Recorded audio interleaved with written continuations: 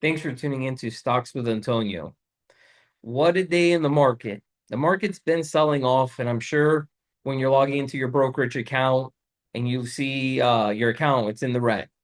It's in the red for me, it's in the red for everyone. I mean, the market's been pulling back pretty strong, and it's based on a lot of different things. Earnings, people rotating out of AI stocks, and weakening jobs report. We just got a lot of news coming out that isn't good. And when there's uncertainty and investors don't really know what to expect, they sell off, right? They sell off, and that's what you're seeing now. When you see your portfolio in red, when you see big sell-offs, when every day seems like another red day, it's hard to think of buying, right? Especially if for retail investors, and especially if you're new. Some of you that have been in stocks for longer might have gone through some downturns and have some experience going through things like this. Some of you that are newer, it's going to be a lot tougher for you. And you may say, hey, stocks are not for me. I'm just not going to invest my money. Investing your money, in my opinion, right? I can't tell you what to do. And this is not a suggestion for you to buy, hold, or sell. But when the market's going down like it is opportunity. You build your wealth in the red. Now, a lot of people are hesitant, right? You don't want to buy if it's going to continue to fall, but no one's going to time the bottom perfect, especially not retail investors. So my suggestion in times like this, or at least what I do, is I start to nibble.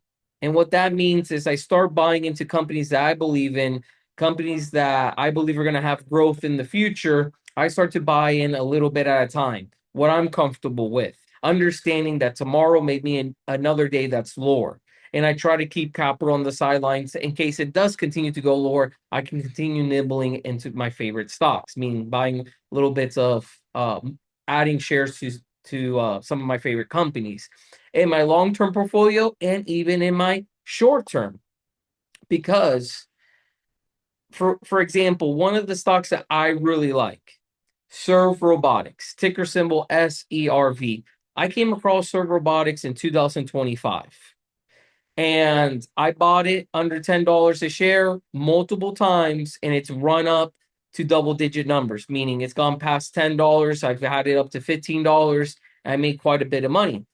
Right now, Serve Robotics is after hours under $9 if it hasn't changed. I'm making this video Thursday night, but under $9. As soon as I saw it go under 10, I started buying. As a matter of fact, I bought some in the low tens. I started buying heavier under the $9. And if tomorrow Friday is still under $9, I'm gonna get some more. Now I'm not telling you to go ahead and do this, but I believe we're going to get some positive news and things are going to get better. February tends to be not the best month in the stock market, and we don't have the best month historically in the stock market. We got a lot of news coming out that isn't positive, and also we were at all-time highs. So usually the market has pullbacks. It's healthy, but obviously right now it's stronger than what we expected. And I did in the beginning of the year, if you watch some of my earlier videos, predict some type of pullback. I thought it would be sooner. And then what happened is in January, the market should start to shoot up. And then I kind of just thought we were going to go higher longer than we did. So it kind of got me surprised in the beginning of February, the pullback. I thought we would continue higher longer. And I thought the pullback was going to be pushed a little bit later. So in the beginning of the year, I thought we were going to see in like the first week or two into January because we were pulling back a little bit in December. But no, it took off. And then it kind of got me off guard. Some of you may be wondering, how my play was with IREN, ticker symbol IREN. I don't like playing earning calls. I've said that too in the past if you've been watching my videos. But sometimes I stay in through earnings. Now, if you buy a company a long time ago, so if you someone that bought shares into IREN, at under $20 a share, I wouldn't worry too much. If you're someone that got into IREN closer to earnings when it was starting to run up in the 40s and 50s and higher, right? That you were taking more risk because it was running up, pumping up because we were believing, or at least a lot of investors were believing at the time the market was running up that Iron was going to be one of the companies to have great earnings, and it missed. It missed on revenue, right? And that's not good. And right now the market's selling off. And when stocks, when they have their earnings and they don't do as expected, they really get beaten down. So what happened with Iron? Man, earnings came out and it's getting beaten down. And on top of that, you have a market that's going down. So the stock's really getting beaten down. That's why it's important to have your stop loss. It's also important when you go into a trade, if the trade goes sideways, to have an exit plan. Even sometimes you have to exit at a loss, but plan for that because what you want to do is preserve your capital. So what I did with Ivan, as we got closer, I found an opportunity to sell, made a little bit of profit, and reduce my entry. So I got my entry lower. That's good, right? It helps me, you know, possibly make more money, and I increased my share count.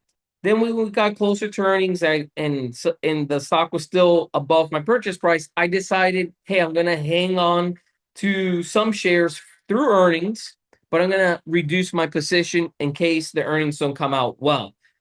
And that's what I did. So I sold off some shares. I kept a small position through earnings in case if it did well. I was expecting, hey, this thing is going to through 60 is going to pass $60 a share, but it went sideways in the sense that earnings didn't come out like I expected, and the stock's getting sold off, and on top of that, the whole market's selling off. So I definitely kept some shares still in Iron. I think the company is going to come back over time. You just if you're, let's say, a bag holder, right? Let's say you got it at a higher price than what it's currently at. I say, hey, if you can wait it out, I think we're going to recover over time. We just need some positive news to come out, some new deals with Iron, and I think sometimes that happens when you're doing short term. The best thing to do when it comes to the stock market is invest in good companies long term, and that's why I got my long term portfolio. But hey, I want to trade short term. But when you're trading short term, what you want to do at the end of the year, you want to look at your wins and your losses and understand that you're going to have some losses. But as long as your wins are higher than what you lost, then at the end of the day, you're still coming out ahead. That's why when you are doing short-term trading, you want to look at your entry points. You want to have a plan every time you go into a stock short-term where, hey, if this goes sideways, I'm going to exit at this and I'm okay losing this much money, right? That way I can preserve my capital and put it into the next trade. So have a trade plan. Also, once you're in the green, make sure you're kicking in, you can kick in your stop loss also saying, hey, if this thing, let's say, goes down 10%, let it kick me out at 10%. You can put in a stop loss to get out in the red. You can put a stop loss, when you're in the green, and make sure to do that because a lot of people sometimes when they're in a position and they're in the green, they don't put a stop loss. And then what happens is it may go down, you lose all the green. So what you want to do is, hey, I'm in the green, bam, put in my stop loss. If it goes higher, then um obviously go back in there and adjust your stop loss. So you got to be constantly checking your portfolio, especially in your short term, and you're going to have to be making changes. But that's one of the best ways to reduce risk is doing what you can. Now, a stop loss, I know it's not foolproof, but in my opinion, is better than nothing. But I see these dips this pullback is as an opportunity. Some of you that may be too scared to get in may look back and say, man, I really wish I would have got into this. Now, I can't tell you when we got to, what is going to be our lowest point. In my opinion, I think the sell-off is going to continue. We saw when the market closed on Thursday after hours, stocks pulled back even more. Earnings are coming out. Some of the earnings are not going as great.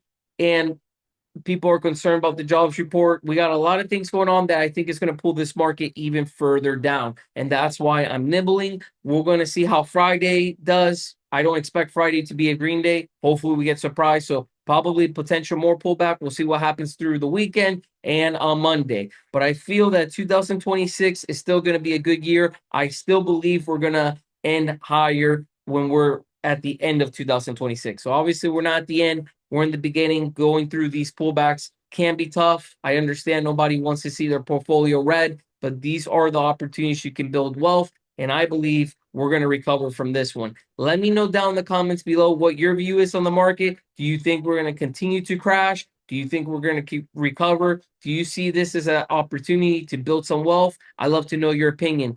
If you haven't done so, please do me a big favor, smash the like button, consider subscribing to the channel. It's a small channel, so if you do subscribe, it really helps me out. It doesn't cost you anything, and I really would appreciate it. Thank you so much for your time, and I'll see you on the next one.